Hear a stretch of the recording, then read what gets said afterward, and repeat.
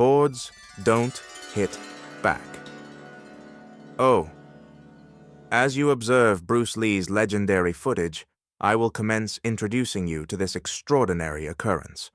Please view the presentation patiently until completion. Bruce Lee measured 141 pounds. He entered that Oakland storage facility unaccompanied on a frigid November evening. No crew, no support, no assistance. 230 individuals were inside anticipating. The majority of them believed they were about to observe a man get annihilated.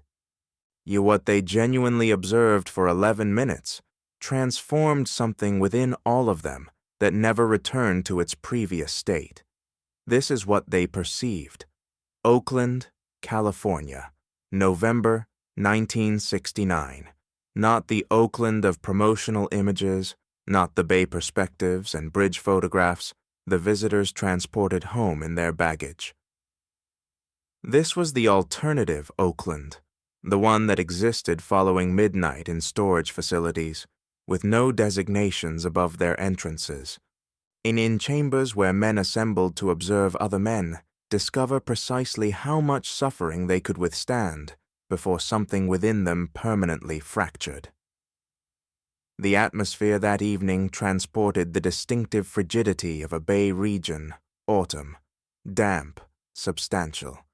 The classification of frigid that doesn't announce itself, but discovers its method through every layer until it establishes somewhere in the chest, just beneath the breastbone, where apprehension resides.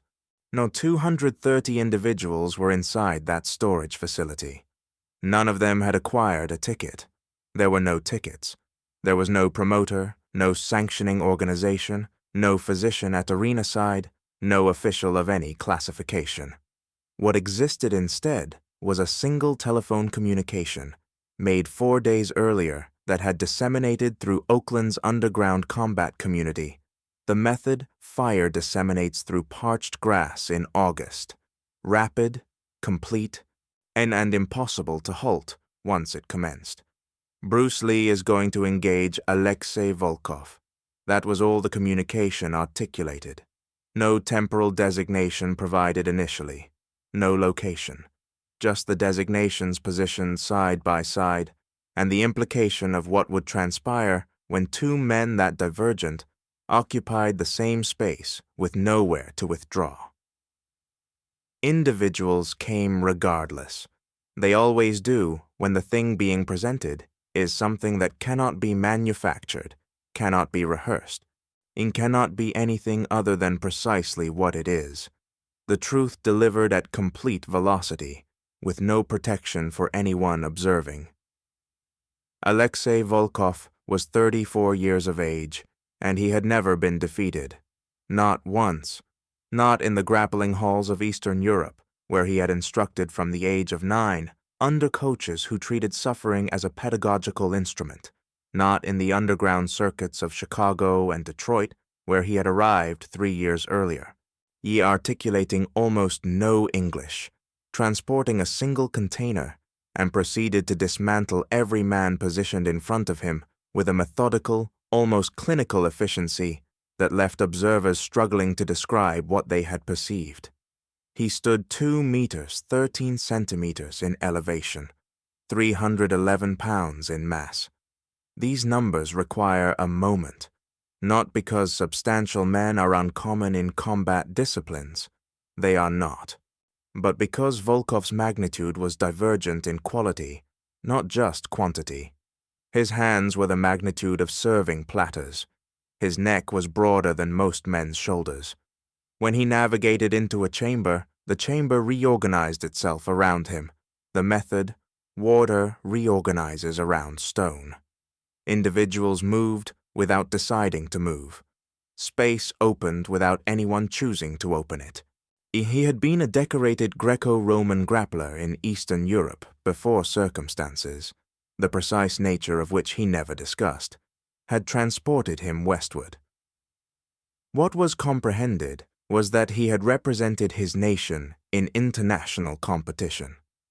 What was comprehended was that he had projected men measuring 240 pounds, as though they were filled with sawdust. What was comprehended was that in 31 underground matches across 4 American cities, he had submitted. He fractured or rendered unconscious every single opponent. The combat community had a designation for him. They designated him the Foundation because engaging Alexei Volkov, survivors reported, felt less like engaging a man and more like engaging a structure. There was no yielding, no give, no point of entry that didn't lead immediately to something worse. He absorbed impacts that would have concluded other men and responded not with anger, but with something far more unsettling. Patience. Not the patience of something that has never been seriously threatened and therefore has never needed to accelerate. He was, by every measurable standard, the most dangerous individual in any chamber he entered, until the evening someone in that chamber was Bruce Lee. Bruce Lee arrived at the storage facility at 9:47 p.m. He came unaccompanied. No entourage, no training associate, no manager. He was clothed in dark trousers and a plain gray jacket that he removed and folded meticulously over the rear of a wooden chair near the entrance. Underneath, a black training top, simple, undecorated, the clothing of a man who had come to labor, not to perform. He was 5 feet 7 inches in elevation, 141 pounds in mass. The mass differential between Bruce Lee and Alexei Volkov was 170 pounds. 170 pounds. Now the number appears almost excessively substantial to be taken seriously. It appears like the establishment for a jest, or for an account so implausible that no serious individual would credit it, had it not been witnessed by 230 individuals who consumed the remainder of their existences, communicating to anyone who would listen precisely what they perceived. Bruce moved through the storage facility without acknowledging the assembly.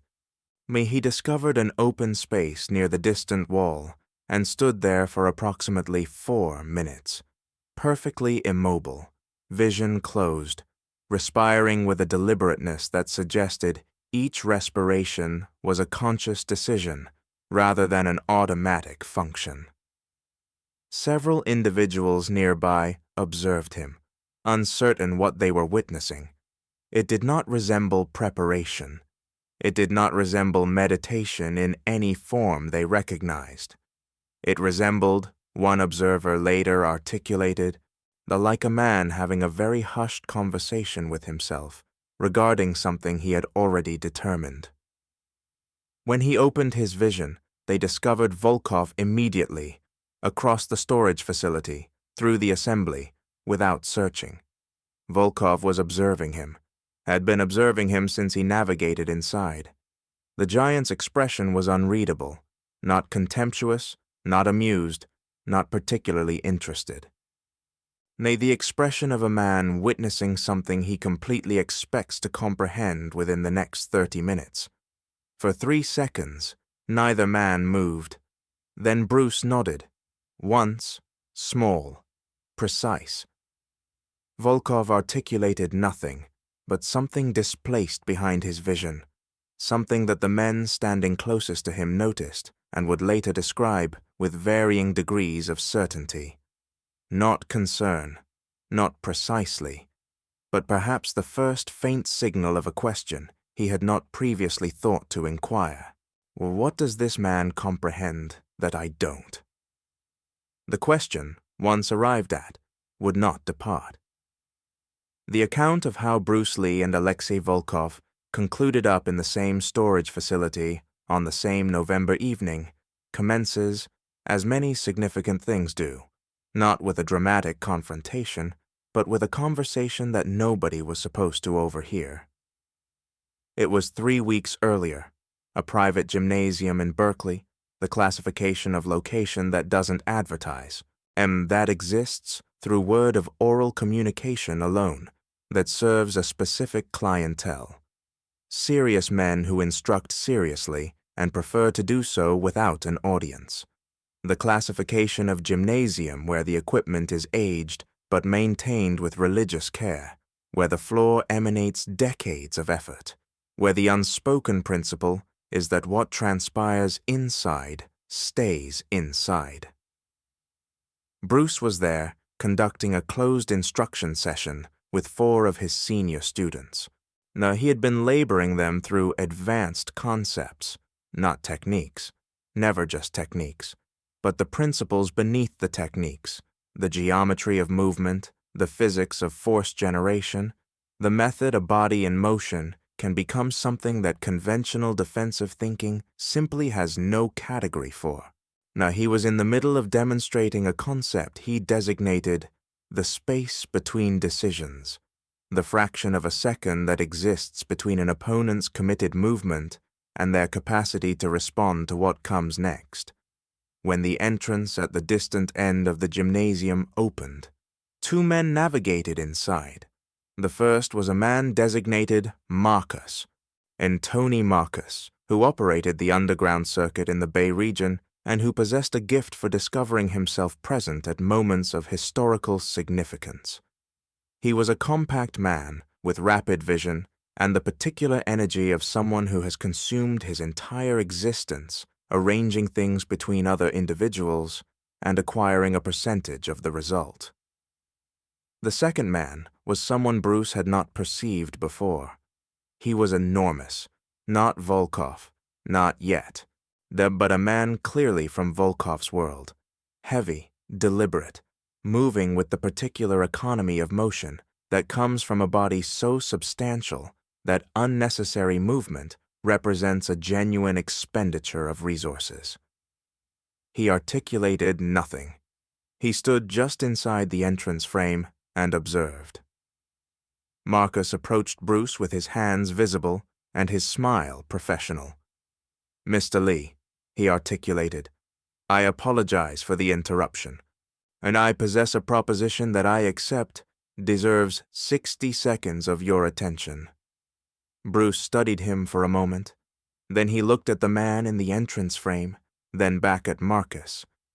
60 seconds, Bruce articulated, commencing now. What Marcus proposed in those 60 seconds was this. Alexei Volkov had been informed about Bruce Lee. This was not unusual. By late 1969, a great many individuals in combat disciplines had been informed about Bruce Lee. That what was unusual was the specific nature of Volkov's interest. He was not interested in Bruce's film labor. He was not interested in his philosophy or his public demonstrations or the growing mythology surrounding his velocity and power. He was interested in one specific account that had been circulating through the underground circuit for approximately 6 months. The account of what Bruce Lee had executed to 3 men in a closed entrance session in San Jose. The details varied depending on who recounted it. Some versions articulated 2 men, some articulated 4. Some described specific techniques. Some described only outcomes. Men on the floor surface. Men unable to explain what had transpired to them.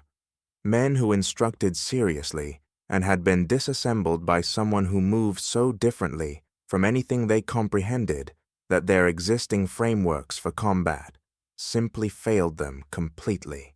Volkov had listened to this account recounted by a man he respected, a man who possessed no reason to exaggerate, a man who'd been in that San Jose chamber. And Volkov's response, according to Marcus, had been simple. I desire to comprehend if it's genuine or not. I desire to engage him. Not, I desire to validate something. Not the language of ego or territory that drove most challenges in the underground world. Just that. As I desire to comprehend if it's genuine. The statement of a scientist, almost. A man whose entire identity was constructed on a very specific comprehension of what the human body was capable of, and who had encountered, for the first time, a report that suggested his comprehension might possess gaps in it. The challenge was not contemptuous. That was what made it divergent. That was what made it, in its own strange method, more dangerous than contempt would have been. Contempt could be dismissed. Genuine curiosity from a man that magnitude with that record could not. Bruce was hushed for a long moment after Marcus concluded. His students were observing him. They had perceived the proposition. They comprehended what was being requested. Two of them, the senior students, men who had instructed with Bruce for years, and comprehended him superior than most, felt something they could not immediately designate. It was not apprehension on Bruce's behalf. No, they had long since terminated experiencing apprehension on Bruce's behalf. It was something closer to recognition, the recognition that what was being presented was not an ordinary challenge. This was not some brawler with something to validate. This was not a test of reputation or ego. This was a genuine question inquired in the only language that the underground world recognized as legitimate. Can what you execute genuinely function against what I am? That the magnitude of Alexei Volkov made the question almost philosophical, because the conventional answer, the answer that combat disciplines history provided over and over with very few exceptions, was no. Technique possesses limits. Velocity possesses limits. When the differential in mass crosses a certain threshold, the physics of the situation commence to override the physics of skill. A 240-pound man impacting a 140-pound man with complete commitment is not a technique problem. It is a structural problem. It is the classification of problem that concludes careers and occasionally existences. Bruce comprehended this completely. He comprehended it superior than anyone in that gymnasium, because he had consumed his entire adult existence studying precisely this question, not avoiding it, not dismissing it, but studying it with the rigor of a scientist and the obsession of a man for whom the question was not academic, but existential. What does the compact man execute when the substantial man commits everything? He possessed an answer. He had tested it, refined it, validated it in closed chambers against men who were serious and substantial and instructed and unimpressed by reputation. He accepted in his answer the method a mathematician accepts in a proof, not with the fragile certainty of hope, but with the solid certainty of demonstrated evidence. But Alexei Volkov was not a substantial man. Alexei Volkov was a category of his own. And for precisely 4 seconds, his students counted later, comparing memories, Bruce Lee stood completely immobile and looked at nothing in particular, and was somewhere else entirely, operating calculations that no one in that chamber could follow. Then he returned. "Communicate to Mr. Volkov," he articulated quietly, that I will respond to his question. 4 days. He selects the location." Marcus smiled. The man in the entrance frame articulated nothing, but he looked at Bruce Lee with an expression that had modified subtly, but modified, from the one he had arrived with. Something had displaced in his assessment. He had anticipated hesitation. He had anticipated conditions, negotiations, the careful maneuvering of a man acquiring temporal progression. He had not anticipated 4 seconds and an affirmative. The next 4 days moved through the Bay region underground like a current. By the following morning, the core of the combat community comprehended. By the afternoon, the account had reached individuals who possessed no direct connection to either man, but who comprehended immediately what the matchup represented. By the 3rd day, the question of location had been settled. A storage facility in Oakland, selected by Volkov's individuals, and a space they comprehended and dominated, and in which Volkov had engaged twice before.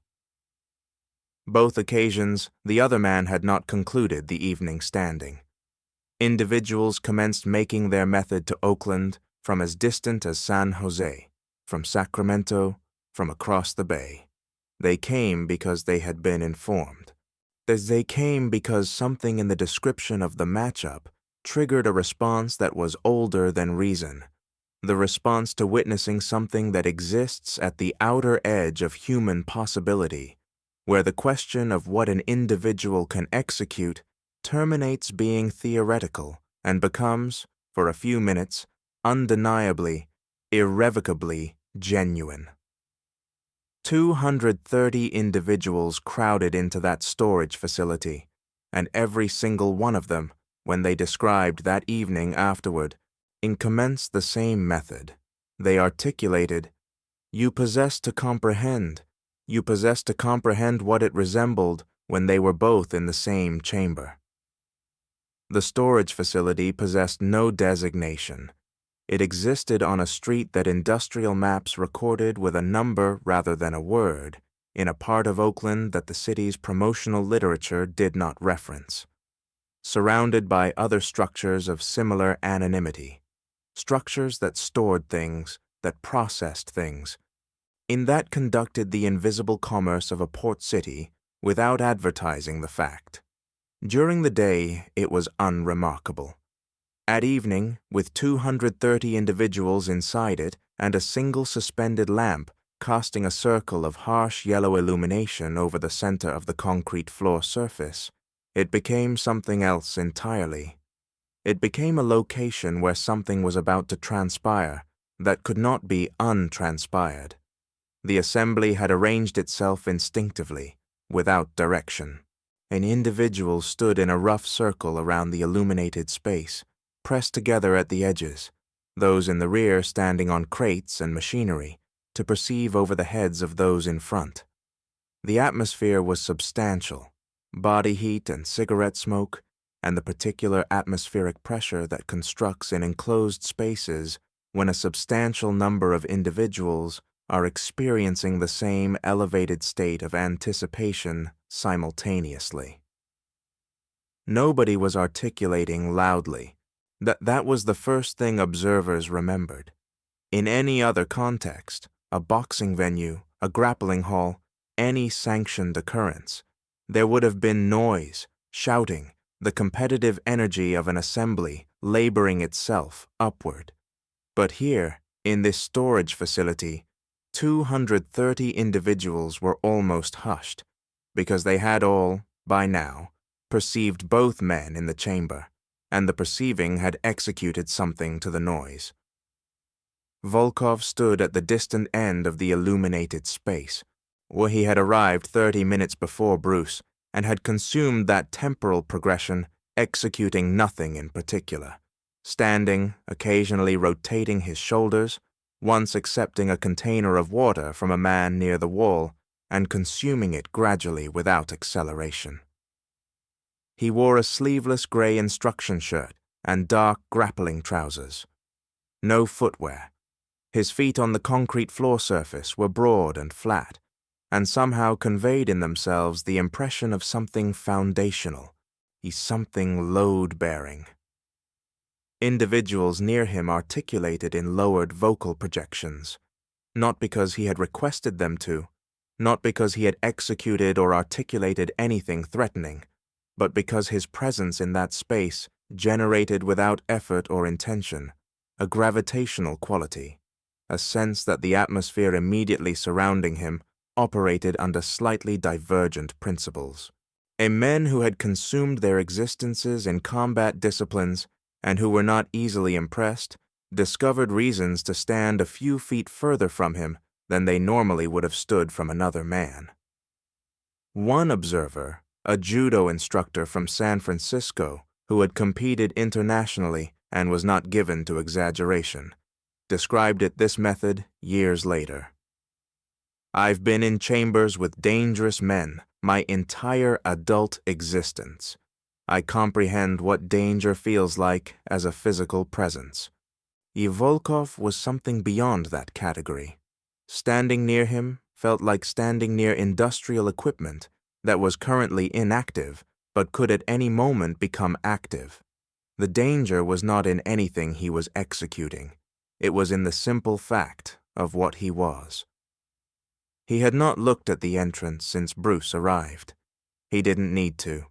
He comprehended precisely where Bruce was.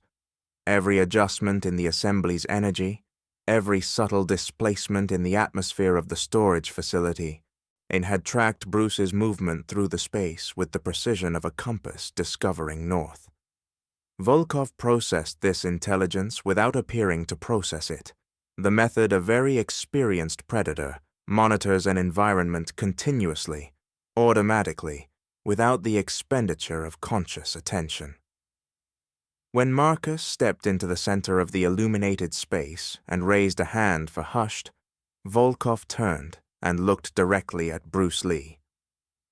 40 feet separated them, and the assembly between them appeared in that moment to become translucent, to cease to matter. The geometry of the storage facility reorganized itself around 2 points, and everything else, the 228 other individuals, the smoke, the frigid, the yellow illumination, became context, background, the frame around the thing that genuinely existed.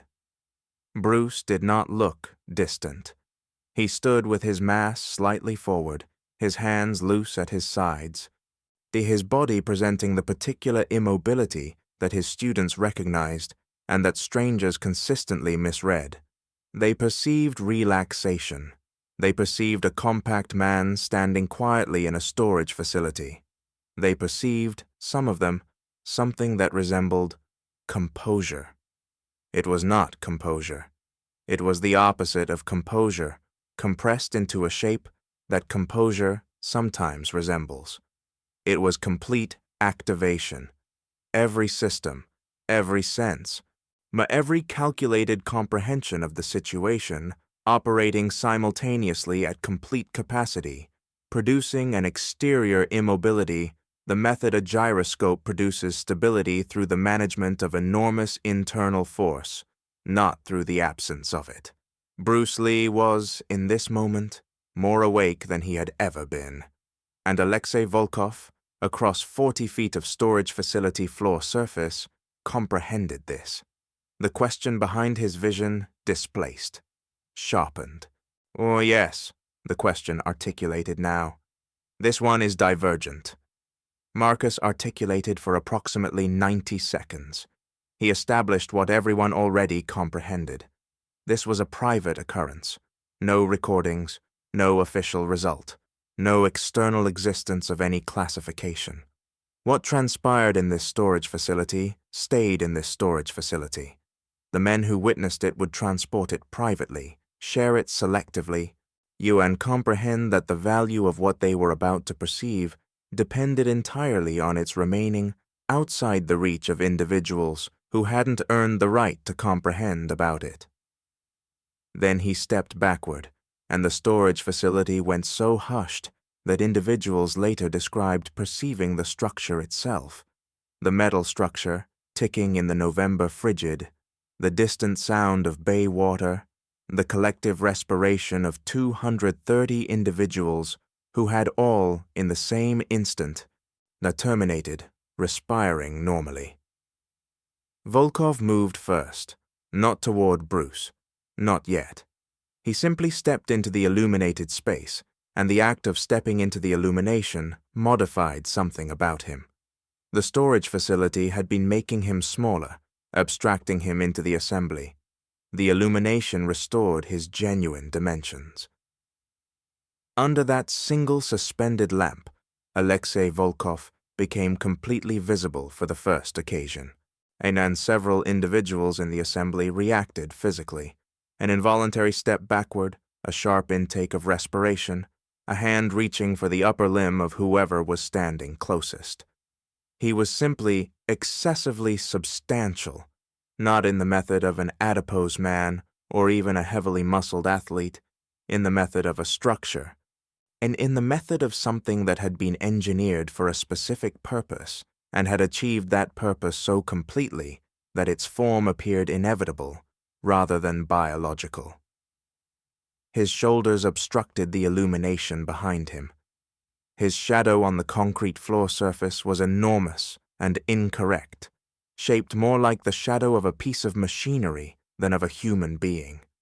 He halted in the center of the illuminated space and stood, anticipating. The invitation was wordless and absolute. It articulated, "I am here. This is the space. Come into it if you are coming." Bruce navigated forward gradually, without performance, without the bouncing footwork of a pugilist, or the aggressive posturing of an engager attempting to establish psychological dominance before the first contact.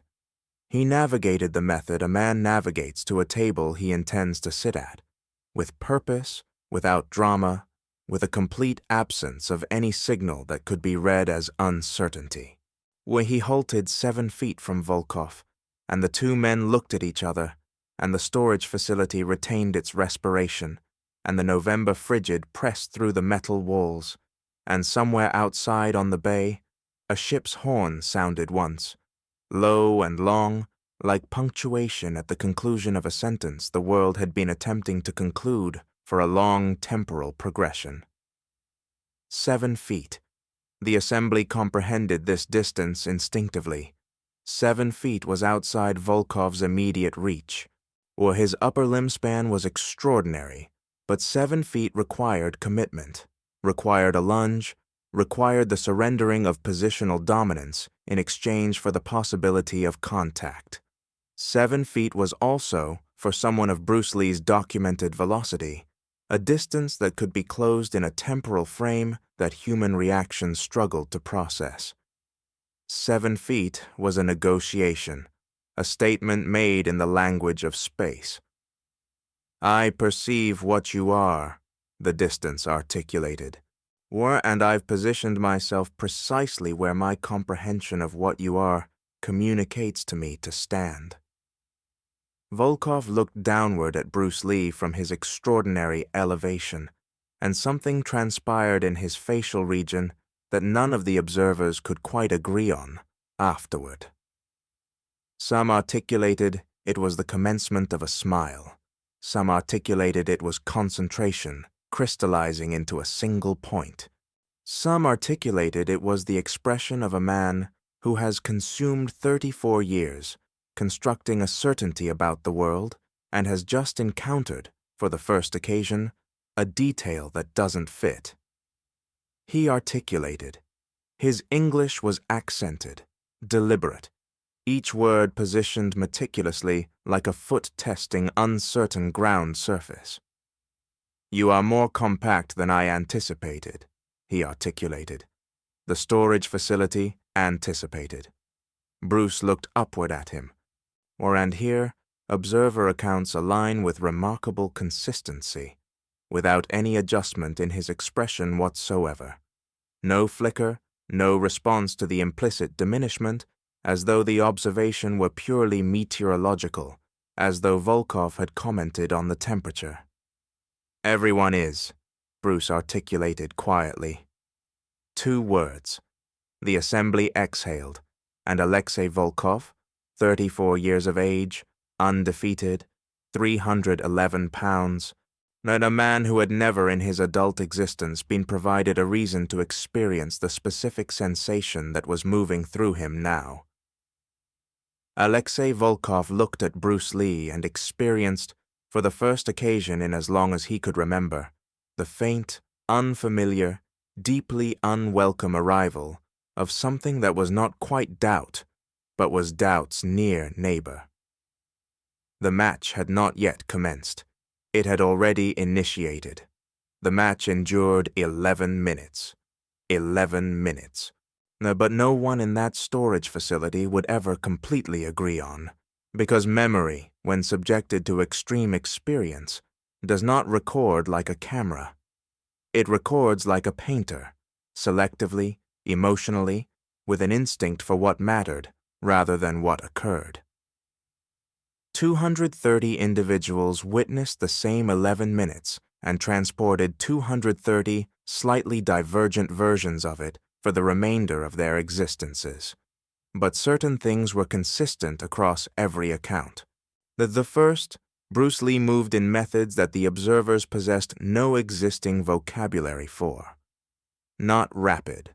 Rapid was a word constructed for ordinary increments of velocity, and what Bruce produced existed outside those increments entirely. One observer, a former collegiate grappler, articulated afterward that observing Bruce in genuine temporal progression felt like observing a film with frames missing. He was here, then he was somewhere else. Yet the transition between the 2 points was not gradual enough to witness. The second, Volkov never terminated attempting. This is important because the easy account, the account that myth prefers, would possess the giant crumble immediately. But that is not what transpired. Volkov adapted, recalibrated. Each occasion, Bruce moved, Volkov processed and adjusted with the intelligence of a man who had not prevailed in 31 consecutive matches by accident. He simply could not close the distance. Every attempt concluded the same method, with Bruce no longer where Volkov's hands were reaching, with the giant's massive frame extended and momentarily unbalanced in precisely the position Bruce had been engineering since the attempt commenced. At the 11-minute mark, Volkov halted, not from injury. He halted because something had completed itself in his comprehension. The experiment had produced its result. Then continuing would not modify the data. He stood in the center of the illuminated space, respiring intensely, and looked at Bruce Lee across 7 feet of concrete floor surface. Bruce's expression was the same one he had transported into the storage facility. Volkov nodded. Once. The nod of a man revising something fundamental. No shame, no performance, just the physical notation of a modified comprehension. Bruce returned the nod. That was the conclusion. Now the 230 observers navigated out into the Oakland evening. Frigid atmosphere, salt and diesel. The ordinary darkness of a November street, transporting something that possessed no category in the world they were returning to. No newspaper would report it. No record would acknowledge it. It existed only in the transported memory of individuals who had been present and who consumed the remainder of their existences, selecting meticulously who deserved to perceive it. Bruce returned to his films, his students, his philosophy. He never referenced Oakland in any recorded interview, but those who instructed closely with him noticed something in the weeks that followed, a quality in his instruction that had sharpened, as though the 11 minutes had confirmed something he had theorized but needed, like any good scientist, to verify against the most difficult possible test. Alexei Volkov never articulated publicly about Bruce Lee. He kept engaging. He kept prevailing.